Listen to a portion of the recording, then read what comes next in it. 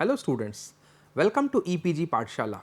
I am Dr. Tejendra Sharma, Professor, Department of Commerce, Kurukshetra University, Kurukshetra. Today, we are going to discuss the topic International Industrial Relations. After completing this module, you will be able to understand the concept and objectives of international industrial relations. Understand the approaches of international industrial relations, industrial conflicts and disputes and the industrial relations. We will be also able to discuss the influence, concern and impact of trade unions on business and human resource management practices in the multinational companies. Industrial relations deal with the relationships among the employer, the employees, trade unions and the governments. These relations arise out of the day-to-day working of the industry. The concept of industrial relations has been extended to deal with the relations of government with the employees, employers and their organizations. The human resource management practices of international business relating to various international employees like the parent country nationals, the host country nationals and the third country nationals and other expatriates results in the relations among the management of multinational companies and different kinds of the employees. These relations are termed as international industrial relations.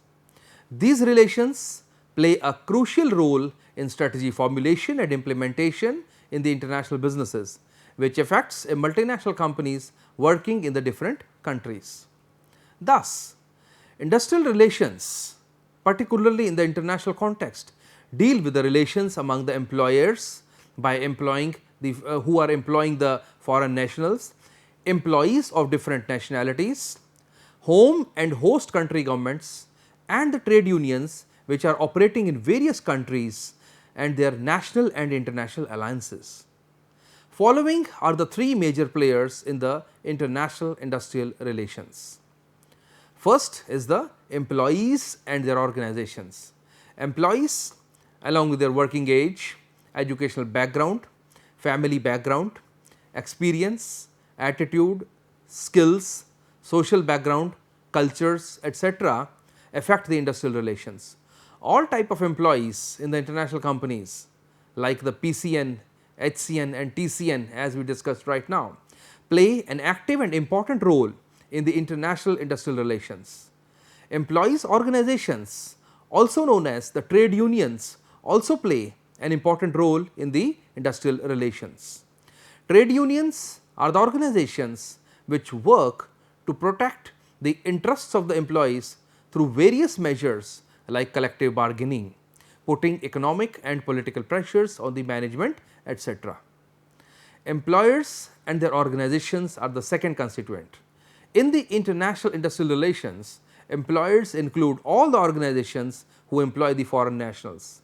Employers play an important role in the industrial relations.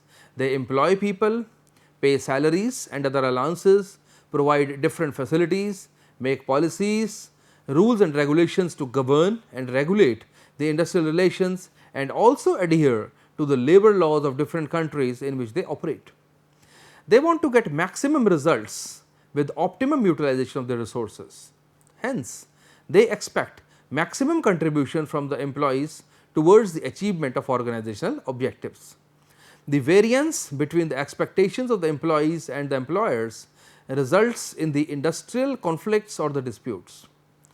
Through the bargaining power of the employers, more and more employees, but in the presence of trade unions, the bargaining power is getting the weakened.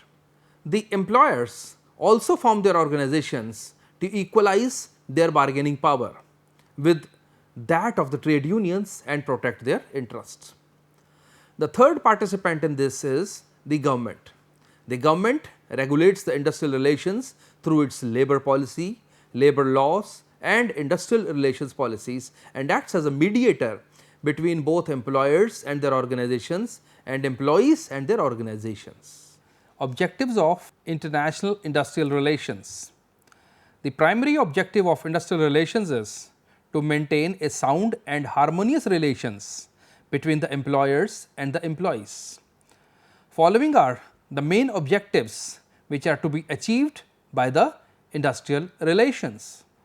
The first objective is to protect the interests of the employees as well as employers by gaining mutual understanding amongst all the parties participating in the industry. Second objective is to enhance the productivity of the industry so as to contribute to the economic development of the country. It also aims to avoid and resolve all kinds of industrial conflicts and disputes and ensures the industrial peace.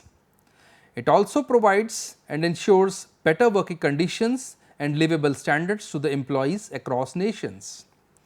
It also helps to ensure the employees' participation in the management and the profits to enhance their morale and productivity. It also aims to reduce the labor turnover and absenteeism by providing job satisfaction.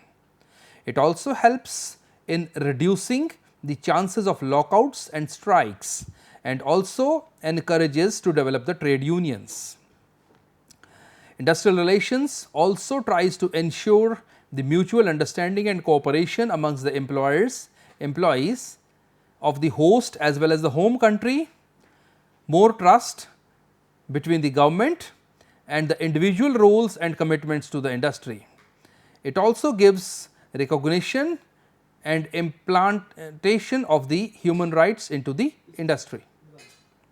It also aims to give recognition and implantation of the human rights in the industry.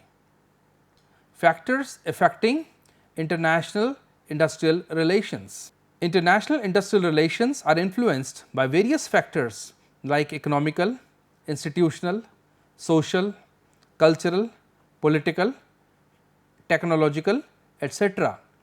for operating in various countries where the multinational companies operate. Also the institutional factors, which include the host and the home countries, employees federations, employees organizations, social institutions, governments and the legal institutions. The next set of the factors influencing international industrial relations is the economic factors. Those factors which include the economic conditions, the policies and the systems like capitalists, socialists, mixed and demand and supply of the labor, the structure of the labor force, etc. The social and the cultural factors. These factors include the population, the customs, traditions, societal norms and the religion. The next set of factors influencing the international industrial relations is the technological factors. These factors include the technological development in the country, the level of automation, information technology and mechanization. The next set of factors are the political and the government factors, which include the political system of a country, the political parties, their philosophies, host and home countries' government policies such as the industrial policy, the globalization policy, the labor policy, the import export policy, economic policy, etc. Approaches to the international industrial relations. There are different approaches of industrial relations across nations emphasizing on a particular aspect of the industrial relations and provide a framework for analyzing, understanding the assortment and complexities of these industrial relations. The most important approach is the unitary approach, under which the organizations recognize themselves as an integrated unit. They treat themselves as a happy family. Organizations work as an integrated group of people sharing common values, interests and objectives with a single authority. The multinational companies operating in different countries along with their subsidiaries is treated as a single whole, where the parent company has the right to manage and take decisions, if any, manage oppositions whether formal or informal, internal or external or rational or rational. Mutual cooperation is emphasized under this approach. Characteristics of unitary approach. The unitary approach has got several characteristics, the most significant of which is the mutual cooperation, individual treatment, teamwork and share goals, which are the basis of industrial relations. It also helps in conflicts and disputes management, which can be temporary, which results from the poor management. There is cooperation between the management and the union. In this approach, the focus is on the common interest and achievement of the common goals. Industrial conflicts in the form of strikes, etc., are destructive, and these are resolved by the direct negotiations with the employees. In case if the trade union exists, its role will be that of a mere communicator between the management and the employees. The emphasis is on the good relationships and sound terms and conditions of the employment. Multinational companies will ensure motivating and staffing policies, good rewards and compensation systems to seek the commitment and loyalty. Pluralistic approach. Under the pluralistic approach, the organization is deemed to be made up of the powerful and diverse subgroups, each with its own legal identity and own set of objectives and leaders. In particular, there are two major subgroups, trade unions and management. In case of multinational companies, the subsidiaries are the separate units. In each unit, the management and the trade unions of the respective country are also two active subgroups. The trade unions are the legitimate representatives of the employees. Any grievance or conflict is resolved by collective bargaining. The conflicts are treated as a good thing because if managed, these conflicts act as a channel towards positive changes. Characteristics of pluralistic approach. Trade unions are legitimate representatives of the employees. Conflicts and disputes are treated as positive and conducive for the growth and innovation. Strong union is considered necessary. Employees become members of the trade unions to protect their interests.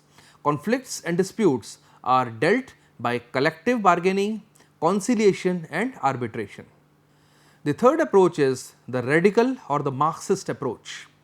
Radical or the Marxist approach is based on the assumption of capitalistic society, where there is a division of interest between the capital and the labor, and this approach sees industrial relations in this background. This approach is also known as class conflict approach.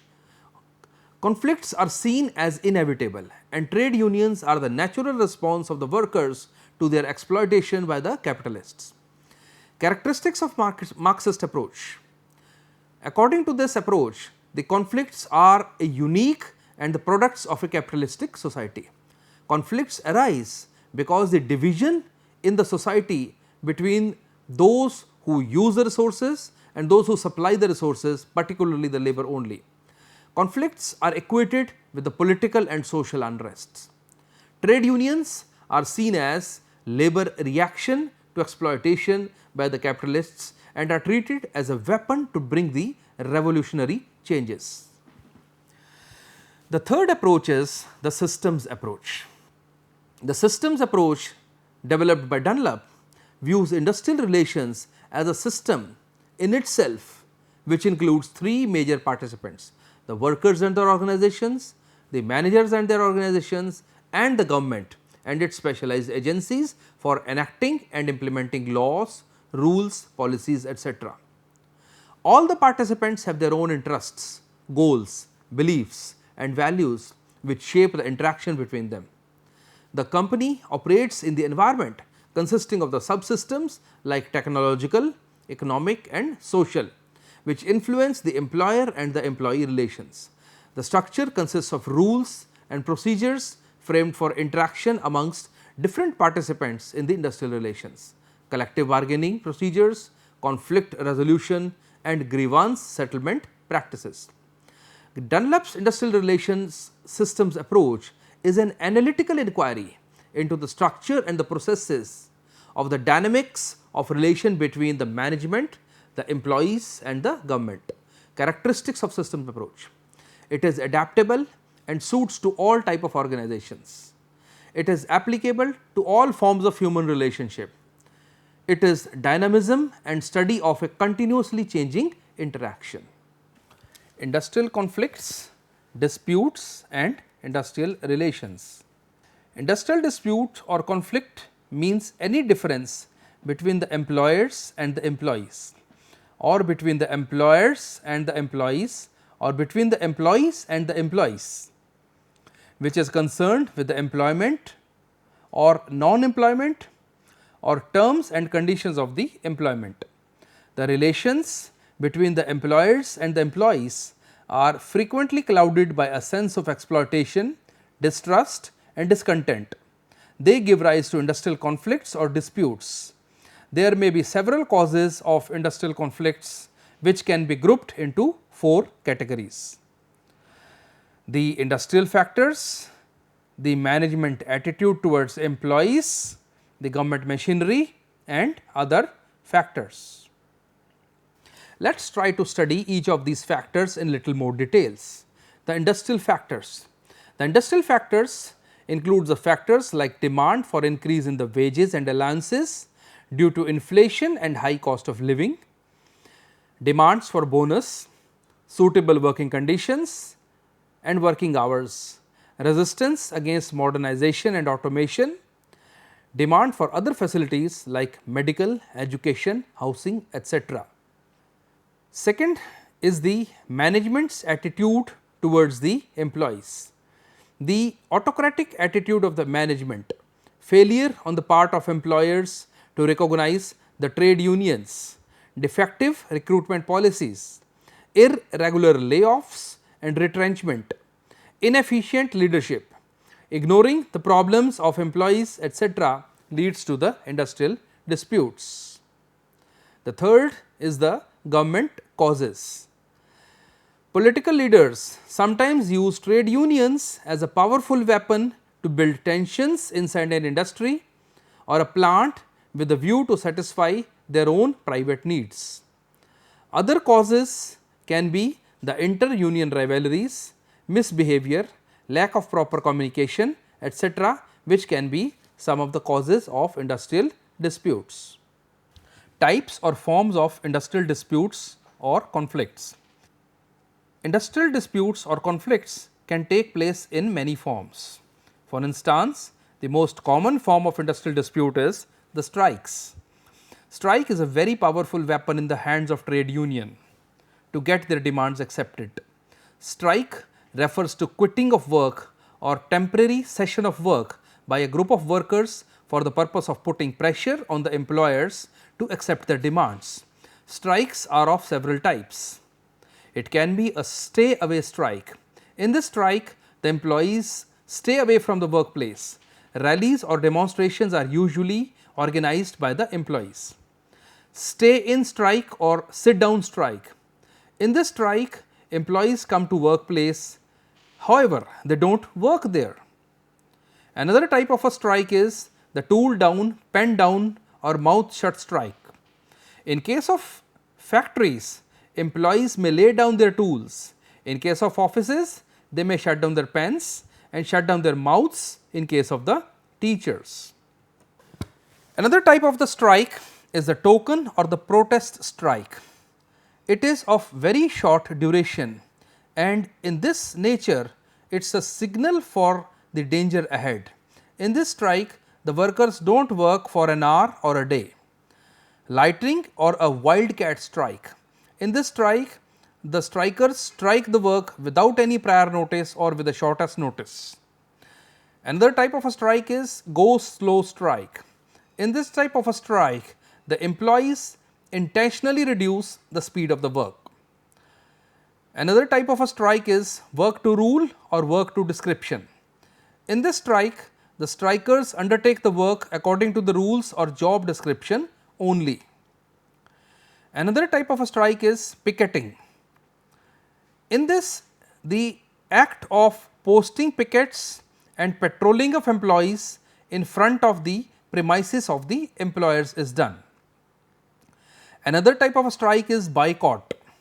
It aims at disrupting the normal functioning of the enterprise. Another type of strike which happens is the gherao. It denotes the collective action initiated by a group of workers under which the members of management are prohibited from leaving or entering the businesses or a particular office or a workshop. Another type of strike is the hunger strike, wherein the employees decide to forego the food for a particular time period to gain sympathy from the public and get noticed by the employer. Small batches of workers may go on a hunger strike in a sequential manner.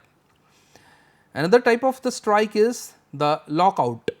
If the employer fails to resolve differences with the employees through negotiations, they may shut down the factory in order to force the employees to settle the differences.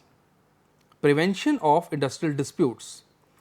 There are different methods which are available to prevent the industrial disputes. These methods cover the entire range of industrial relations and include enactment and enforcement of progressive legislation, work committees and councils, wage and trade boards, profit sharing and co-partnership, tripartite labour machinery, education, housing, welfare work and all such measures which can remove the differences between the employers and the employees. Following are some of these preventive measures in the industrial disputes. Workers' participation in management. In this method, workers are given an opportunity to participate in the management and are consulted in the decision making. The important schemes of the worker participation are forming works committees or joint councils consisting of the representatives of the employers and the employees. Trade unions and industrial relations. Trade unions are the employee associations or organizations formed to protect the interests of the members arising in the industrial relations. Trade unions increase the bargaining powers of the employees and help to achieve various objectives which they cannot fulfill individually. Employees join trade unions to achieve the following objectives. The economic security. Trade unions help the employees to attain economic security. Employees get better salaries and working conditions. Bargaining powers. Trade unions enhance the bargaining powers of the employees. Management decisions relating to promotions, transfers, grievance redressal, work assignment, etc. can be challenged by the trade unions instead of the individual employees. Grievance redressal. Any dispute or conflict between management and employees is redressed by the trade union through negotiations. Social security. Trade unions help employees to satisfy their social and psychological needs, secure power, etc. Harmony. Harmonious relations. Trade unions strive for harmonious relations between the employees and the employer. They bring out negotiations to promote industrial peace. Sense of responsibility. Trade unions attempt to instill in their members a sense of responsibility towards the industry and international community. Miscellaneous objectives. Trade unions communicate their activities, programs, achievements, etc. through their publications in the form of newsletters, magazines, etc.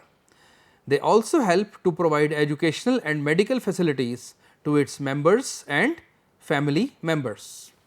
Trade union structures. The structure of trade unions varies amongst different organizations.